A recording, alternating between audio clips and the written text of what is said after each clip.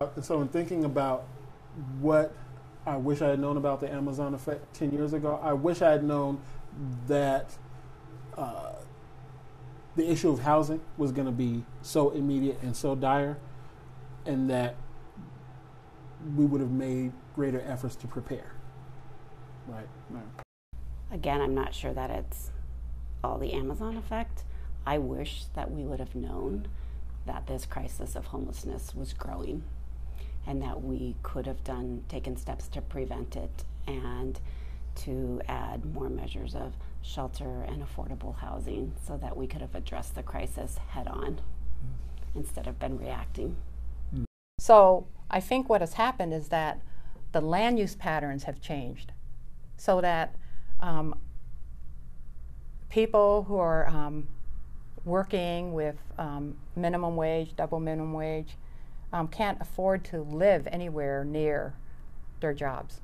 And the land use patterns are such that people are being forced out of Seattle, being forced out of their neighborhoods. And you've essentially have a, sort of like elite, around the Amazon campus, you have higher income people who now feel that the artists, the modest wage workers, people of color don't belong in the neighborhood. There's this sense of exclusivity. Does that make sense? So it's like the historic residents of the neighborhoods are not being seen as like, you belong here anymore, right? Because as the neighborhoods gentrify, right, people feel like, well, I'm being forced out. Where am I going to go?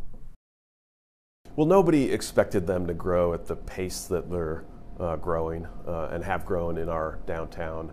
They thought they'd have 6,000, 7,000 jobs in the downtown when they consolidated here in 2007, 8, 9, in that period when they were planning.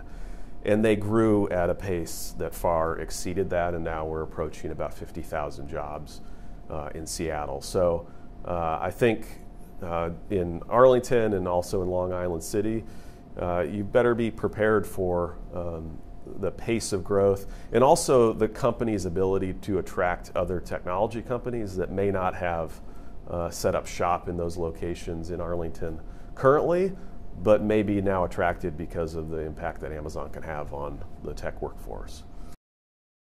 So one of the things I think that wasn't anticipated was how quickly the company would grow. So when you think about it, a company like Amazon in 5 years has added 25,000 employees in our region. It's a lot harder and it takes a lot more time to build housing for 25,000 people. If the company could hire all those folks tomorrow, they could have and they would have. If you're trying to build housing for all those folks and their families and all the ancillary employment that comes from the impact of Amazon, you can't do it overnight. You got to acquire the land, you got to get permits, you got to line up the financing, and then you got to spend the time to build the housing.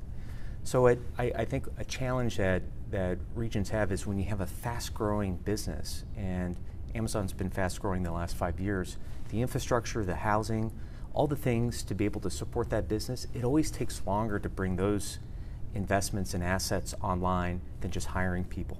That's always going to be a challenge. I think it was really innovative and really important to be in this downtown setting, this urban environment, and really be stitched into this neighborhood, into the fabric of the community, if you will.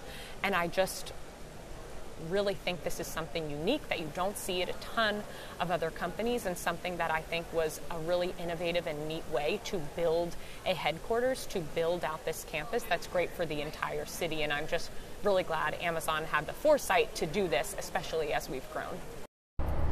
If I'd known about the growth in this city, I probably would have downsized a lot sooner, because now if I were to downsize from my home, I would get a shoebox for the cost of what I would, sell my place for.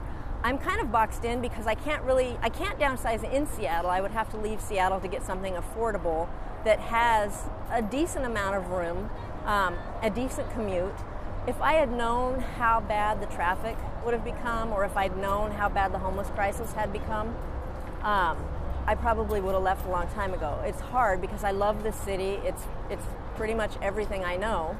My family is here, and I'm very attached to my family.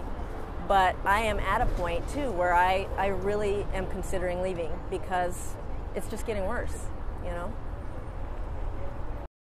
Oh, well, I would have bought every piece of property that I could find in the area that I could afford at the time because, my gosh, that's the biggest thing that's changed. Our property value has just gone through the roof. And my gosh, our little bit of property that we have, our little piece of rock of the area, you know, it's worth a lot of money now. And that's because of the result of this. So I guess if I was to look back, I would have tried to buy anything, you know. So I think it's around the housing piece. So as a public school teacher, like we have new educators that can't afford to live inside the city, and we also have our paraprofessionals and some of our classified staff that can't afford to live in the city, or they'll live together, or you know, like I said, it's anywhere from $1,500 to $3,000 to rent, and that has just increased. Like when I first moved here, I had an apartment for $600, you know. I could not find that anywhere in the city. So for the people who are lower income, especially our families, Seattle is gentrifying horrendously. All our families of color and lower income are moving farther south, and Seattle is becoming more white.